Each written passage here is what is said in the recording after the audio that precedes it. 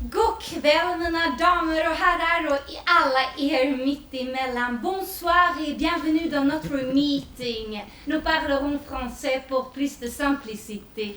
Nous sommes des infirmières suédoises freelance à l'écoute des villes, totalement passives, écologiquement et indépendantes, techniquement DIY.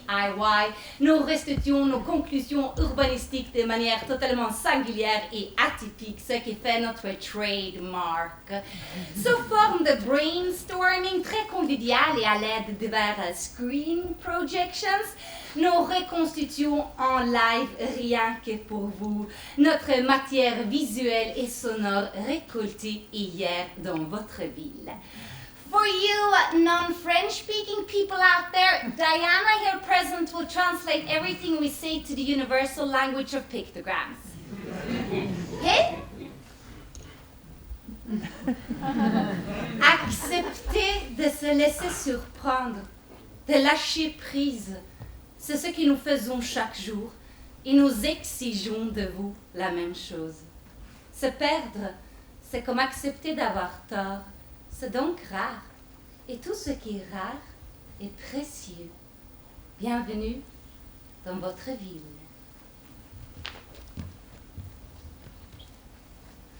Notre délégation suédoise est heureuse de diagnostiquer votre ville. Liège est la 359e ville que nous auscultons. Voici notre méthode.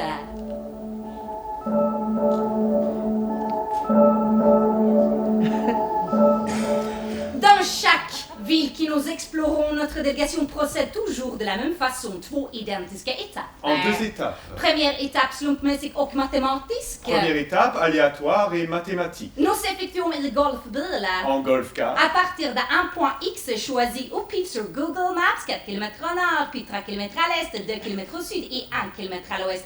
Denna slumpmässiga rundtur Ce parcours aléatoire, effectué à l'aveugle, sans aucune idée préconçue, mais cependant extrêmement précis, objective nous permet d'identifier d'une manière totalement objective les différents symptômes et mal-être urbains de votre ville. Deuxième étape, intime och subjective. Deuxième étape, intime et subjective. Nous parcourons votre ville à votre écoute. Nous prenons la température de l'habitant à l'aide d'interviews med invånarna. D'une série d'interviews d'autochtones préalablement recensées par l'organisme accueillant. Ici le théâtre de Serge Rangoni. De Serge Rangoni. Que nous remercions. On peut le remercier. Merci. Ben oui. Tac. Si vous deviez garder quelque chose de votre ville, palpable, invisible ou non, ce serait quoi? Si vous deviez garder quelque chose de votre ville, palpable, invisible ou non, ce serait quoi? Voici la question que nous vous avons posée à vous, habitants. C'est notre question phare que nous posons à travers le monde depuis de nombreuses années. Nous concluons enfin notre auscultation par un diagnostic clair et extrêmement exact précis. diagnose. Une identification synthétique des efficiences, des déficiences et des carences de votre ville. Notre matière est dense, nos analyses fouillées, nos impressions diverses, nos devenirs ouverts.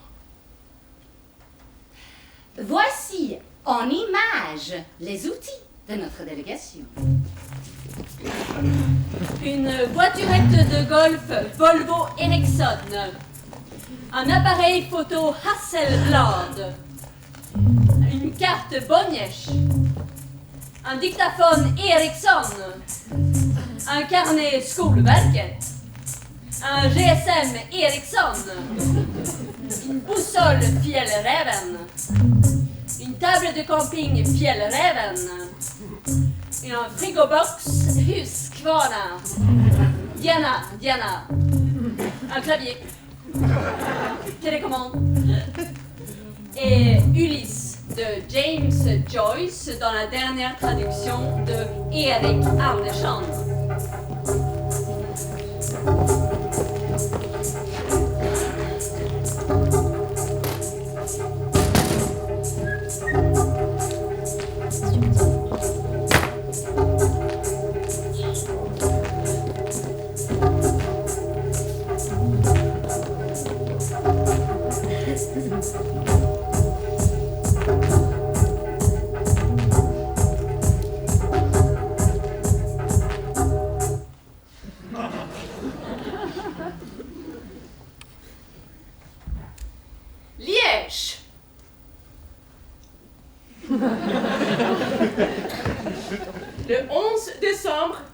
1952.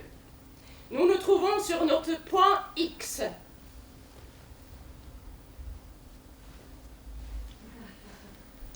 Nous nous dirigeons vers le nord pour effectuer notre premier kilomètre. Le nord tape en plein dans une façade. Doit-on contourner le bâtiment par la gauche ou par la droite? Sensation de malaise dès que la voiturette démarre. Le béton semble mou, comme si toutes les routes étaient fissurées. Sensation de cheap et d'insécurité tout à la fois. Cheap, de mauvaise qualité, comme si tout était bas de gamme. 14h15, quelques mètres effectués, excitation légère dans l'équipe. Sans nous parler, nous ressentons la même chose alors que nous sommes loin, très loin, corporellement et sentimentalement de nous ressembler. Cependant, à 14h16, une onde désagréable nous traverse comme si notre corps voulait nous alerter ici d'une atmosphère étrange, décalée. Nous sommes absorbés par une vague sensorielle homéopathique, comme si on nous avait injecté consciemment un virus pour mieux nous acclimater. 14h20, les paysages défilent. L'esthétique est commune. Ici, tout est à la limite du fade, et rien n'est vraiment tranché. Tout frise la laideur sans l'être vraiment. Tout vise la splendeur sans l'approcher vraiment. Sensation d'intemporalité. Dans quelle ère nous trouvons-nous? Hétéroclisme. Sensation coutouneuse. Son emmitouflé, sourd. Sommes-nous dimanche? Il n'y a personne. Sensation de bien-être. Nous sommes seuls, à l'abandon. On s'abandonne.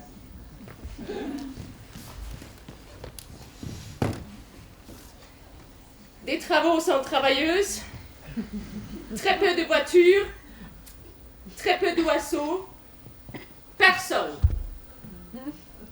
Un chien passe. Il a la queue basse, le poil dru.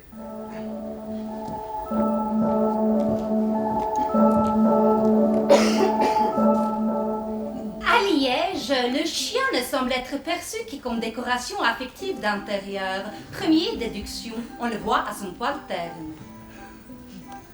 Le chien semble combler manque affectif des verts, trou à combler pour maternité déficiente ou sert d'objet esthétique dans un salon trop morne. Ici, aucun espace vert, d'où réaction en chaîne, lien de cause à effet.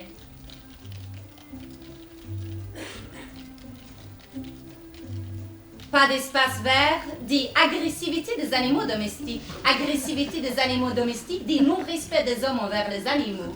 Non-respect envers les animaux dit détresse des animaux. Détresse des animaux dit déjection quantitative et plurielle. Déjection quantitative et plurielle dit ville sale, dit maître qui ne ramasse pas ses déjections car aucun effort est fait de la ville pour son chien, qui manque totalement de respect et considération, etc., etc. Prendre en compte les animaux, c'est prendre en compte aussi les hommes.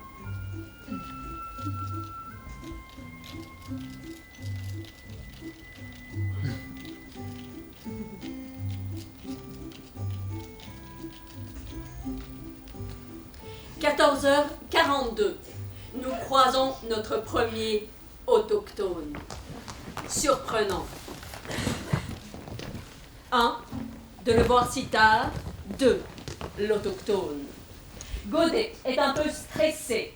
L'autochtone a les sourcils froncés. Il porte un velours brun et une chemise à motif beige sur fond brun, palmier. Son regard est fixe, troublant. Ses cheveux sont bruns, ses yeux aussi. Sa bouche est en forme de U retournée à l'envers. Cette abondance de brun camailleux et cette forme de bouche caractéristique connotent à première vue un sentiment profond d'ennui et de monotonie. Est-il anxieux, un peu déprimé ou tout simplement préoccupé. Il se dégage de la tenue vestimentaire de notre premier autochtone croisé une sorte d'ambivalence, association de styles qui ne vont pas ensemble, qui ne nous pousse pas à aller lui parler avec cet entrain qui nous caractérise. Peut-être nous envoie-t-il un signe. J'aimerais qu'on me laisse tranquille. Godet dit en suédois, Kashafetai Tibralan, peut-être est-il trop serré dans son pantalon. Les glandes génitales masculines doivent rester à une température idéale de 22 degrés. Voilà pourquoi elles sont à l'extérieur du corps, contrairement aux ovaires chez la femme. À 37 degrés, la spermatogénèse se bloque, confirme Christian Bouffiou, professeur d'urologie au CHU de Liège. Certains chercheurs ont donc proposé comme méthode de contraception le port d'un slip chauffant ou des opérations pour rentrer les testicules à l'intérieur du corps en les faisant remonter le long du canal inguinal. À Liège, le taux de natalité est de 11,3%, un poil plus que la moyenne en Belgique, ce qui situe Liège en 7e position après 1. Bruxelles, 2. Bastogne, 3. Arlon, 4. Neuchâteau, 5. Charleroi, 6. Moucron. On sait de sources sûres que les testicules trop remontés provoquent du stress en plus de la stérilité.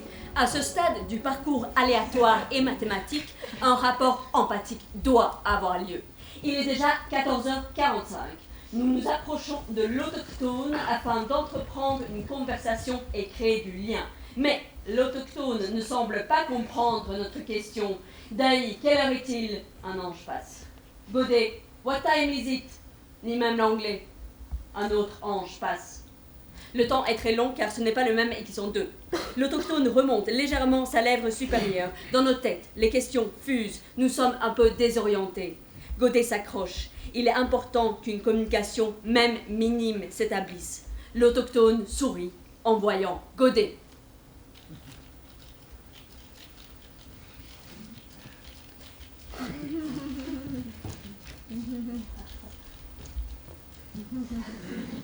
14h50. Tel le naissin, nous continuons notre parcours et nous nous aventurons dans la zone X. Nous tombons nez à nez avec un panneau publicitaire. Les hommes savent pourquoi. Nej, nej, lägg av. Nej, nej. Le parcours aléatoire et mathématique voudrait qu'on échappe en tant soit peu aux clichés. Mais les clichés nous rattrapent toujours comme si le cliché était là toujours prêt à nous enlacer à chaque coin de rue, à nous faire tirer des conclusions peu glorieuses et déjà vues. On aurait tant aimé se dire ici qu'à Liège, on n'associerait pas le sport à la bière.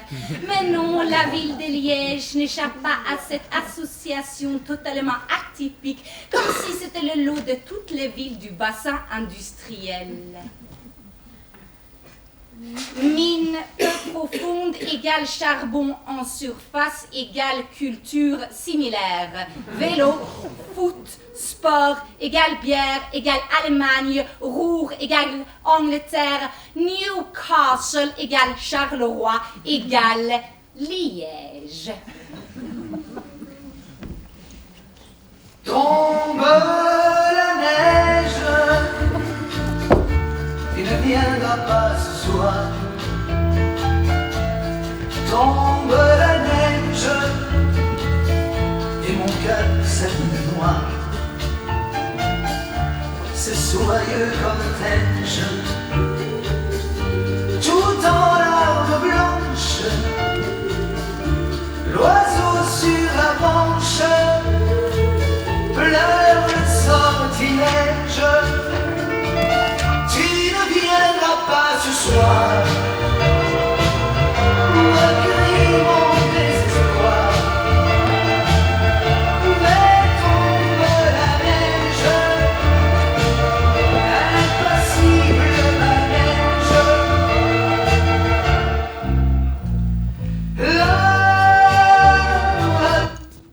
Une des questions qui nous traverse quand nous explorons une ville est quelle image ou représentation la ville donne-t-elle d'elle-même de manière consciente ou inconsciente.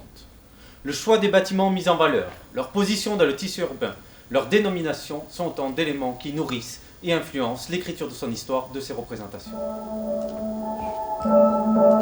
J'aimerais à ce point du parcours faire une petite tentative d'analyse.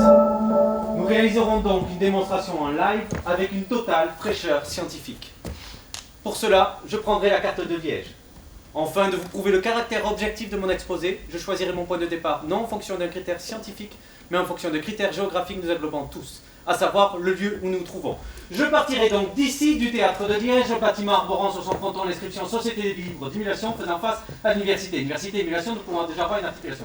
Tout ça au bord d'un fleuve venant découper, traverser la cité. De cette zone d'émulation, de réflexion, la rue de l'université nous mène à la place de la République française. Dans cette place de la République française, nous interroge sur le lien qu'entretient Liège avec la République française, nous renvoyons un petit épisode de l'histoire sur lequel je ne m'attarderai pas quand on a encore de temps. Cette petite place de la République française, avec une position relativement centrale, est bordée d'un côté par la place de l'Opéra Royal, Royauté et République, la place Saint-Lambert, le palais, au-dessus la collégiale Sainte-Croix, la rue de la Croix, la collégiale Sainte-Croix, en dessous la place Saint-Paul, la place de la cathédrale, de l'autre côté la place Saint-Denis. Donc une forte présence du religieux au milieu duquel se trouve cette petite place de la République, petit îlot, petite part de l'histoire.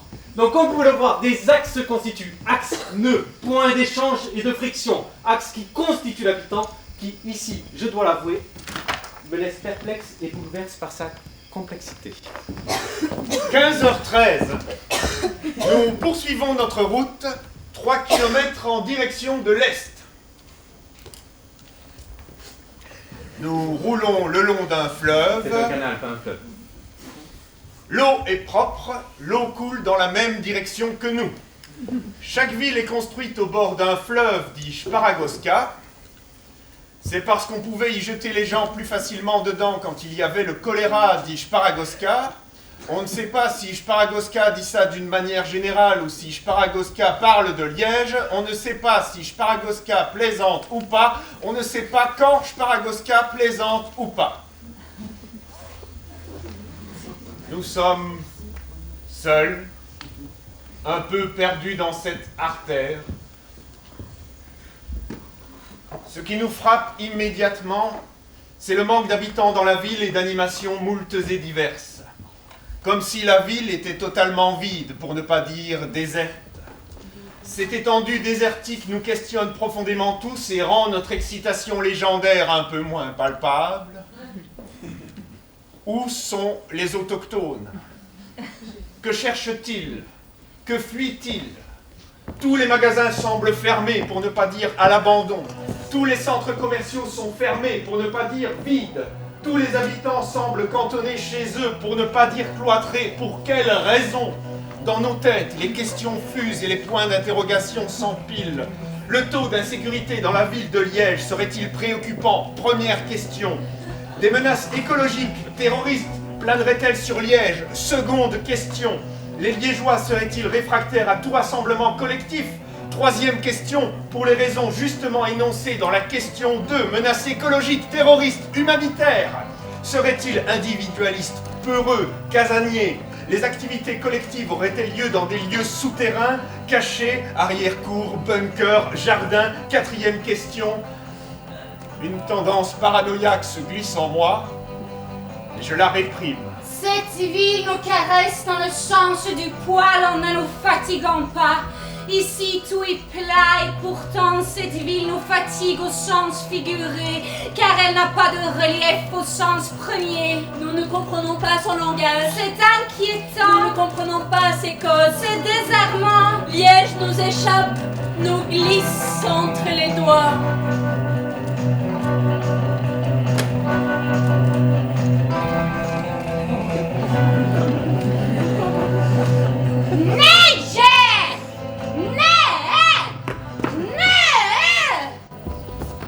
L'analyse des statuts, tout comme la dénomination des noms de rues, nous apprend beaucoup sur une ville. Il ne faut pas être un Arendt pour le voir. C'est en analysant le sexisme dans l'espace public qu'on sait quelle place a la femme dans son espace privé.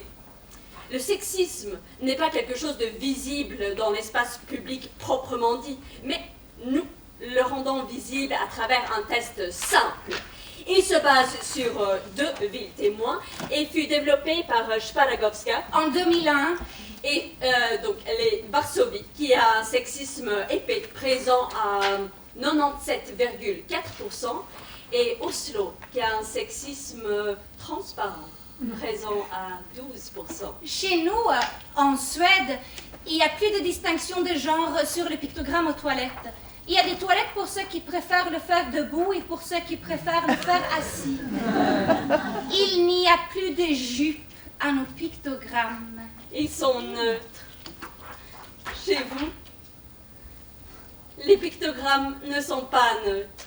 Et les 2% qui portent encore des jupes sont liés à la maternité ou aux toilettes. La norme urbaine ici est donc clairement masculine. Le sexisme est opaque, présent à 98,8%.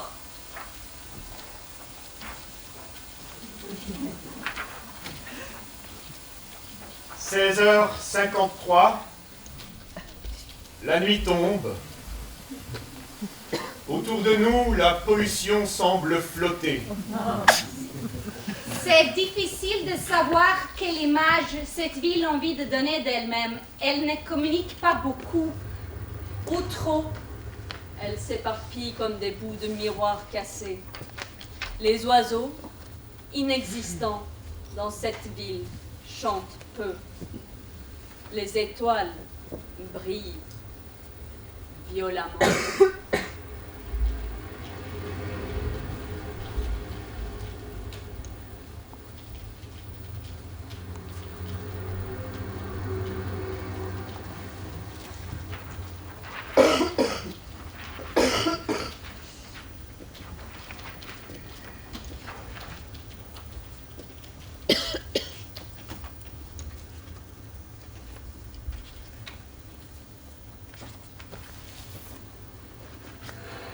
Alors, chères infirmières, comme ça, ce serait le souvenir des gens.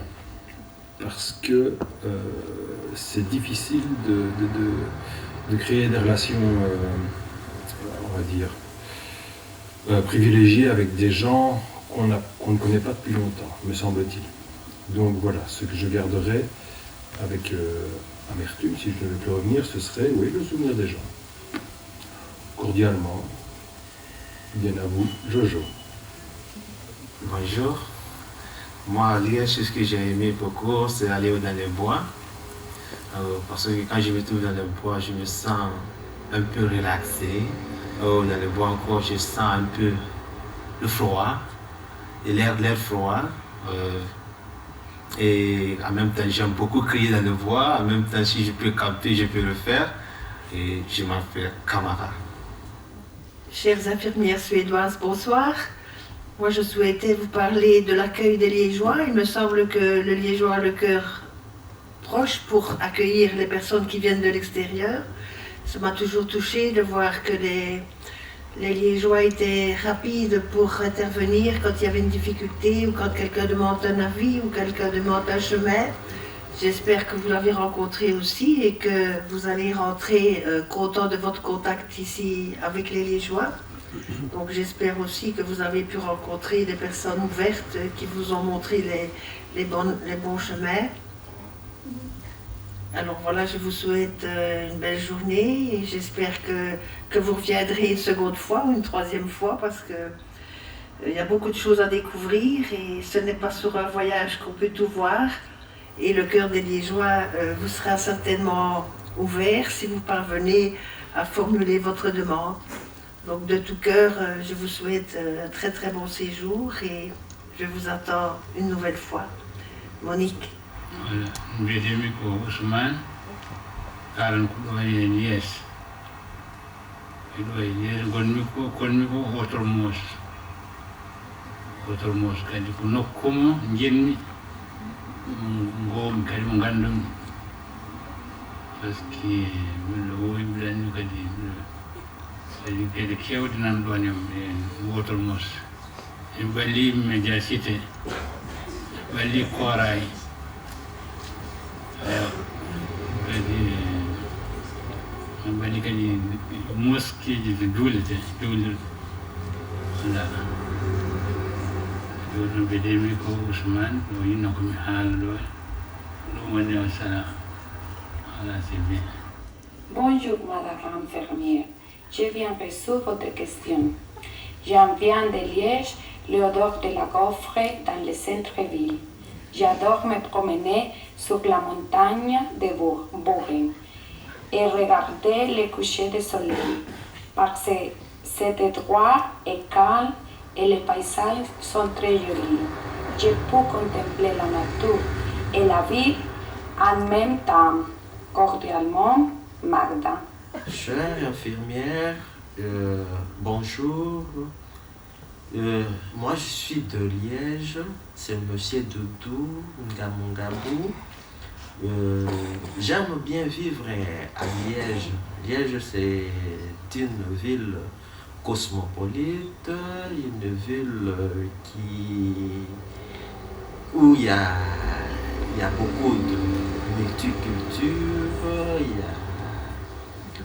il y a de l'eau qui passe à côté, où il y a de bateaux dans la plaine, donc à la pleine ville. Donc quand on est à Liège, c'est comme vous êtes à Manhattan aux États-Unis. Plein de choses. C'est juste vivre à Liège, ça donne l'envie de bon vivre, quoi. Je suis d'accord avec vous, mais compliment à tout le monde, mais sincère collaboration et merci beaucoup. Au revoir. Donc, chère infirmière suédoise, si je devais garder quelque chose de ma ville, qui soit palpable, invisible ou pas, ce serait, je dirais la couleur bleu-gris. Parce que dans toutes les villes, ça paraît triste, mais à Liège, il y a un côté nostalgique qui fait penser à la brume, au plaisir et à la surprise que j'adore. Voilà. Merci pour la question. Cécile. 17h15, dans l'antre de Liège, nous nous enfonçons et traçons notre voyage intérieur. Sentiment d'être totalement ailleurs et pourtant d'avoir toujours vécu là.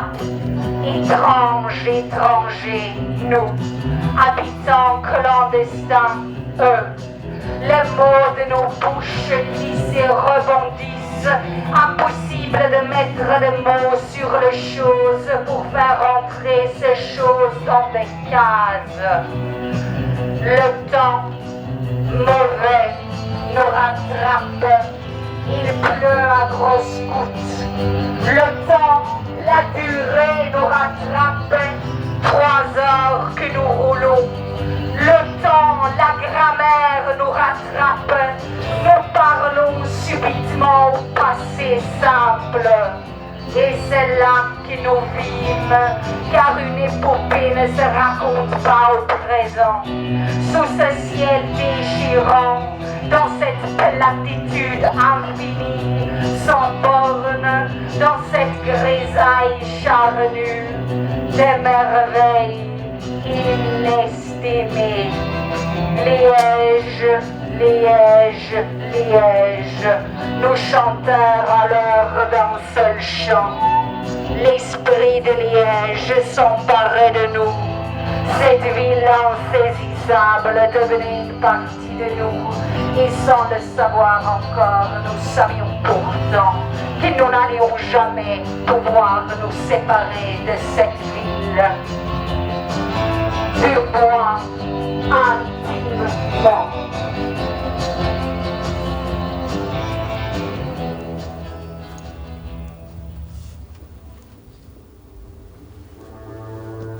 Autour de nous, un brouillard épais.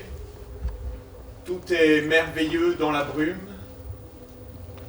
Les façades défilent et se ressemblent un peu toutes. Les façades sont agencées grossièrement sur le même modèle. Porte, pas de porte, une fenêtre, 2 fenêtres, rideaux aux fenêtres, voile en transparence, petite déco. Le voisin, par ses rideaux, aurait-il quelque chose à cacher? Le voisin, par ses rideaux, voudrait-il ressembler à son voisin tout en se distinguant des rideaux du voisin? Le voisin aurait-il besoin de se rassembler, de se fédérer, tout en restant volontairement caché de ce précieux voisin? Nous observons toujours les fenêtres en détail. Notre expérience nous a confirmé de nombreuses fois qu'on peut les considérer comme les miroirs de l'âme d'une maison, voire comme les yeux de la ville. Une récurrence dans les motifs ne peut nous échapper. Ceux-ci reviennent tel un leitmotiv obsédant. Palmier, fleurs tropicales, petits singes, oiseaux du paradis.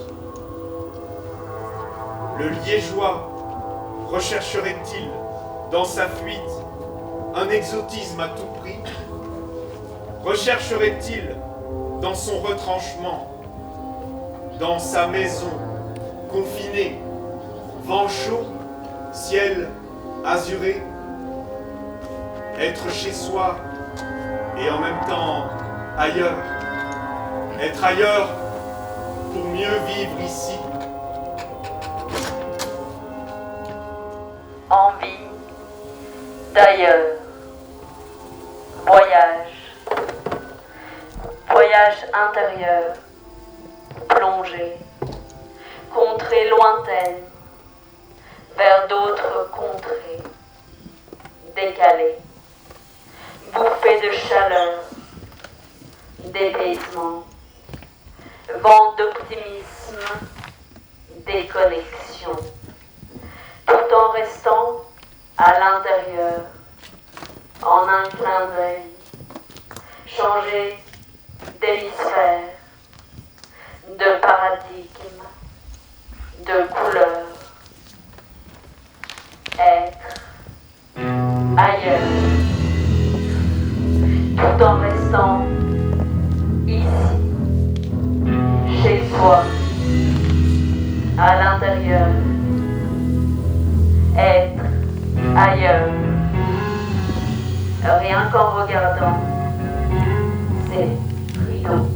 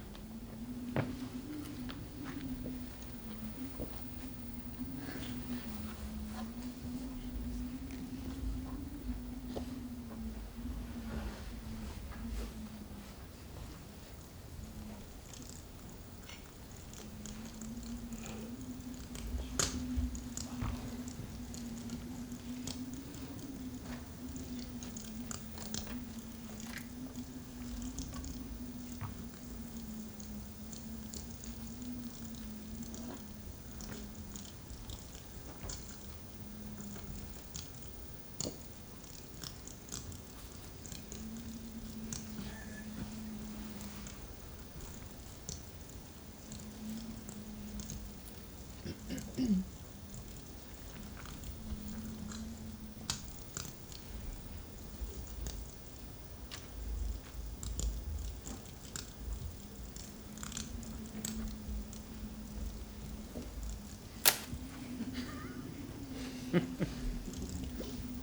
i Östersjöns mörka djup simmar lilla sillen. Han var så sjuk, han hade flunsa som han fått under isen. Han kämpade tappert men han kom aldrig fram.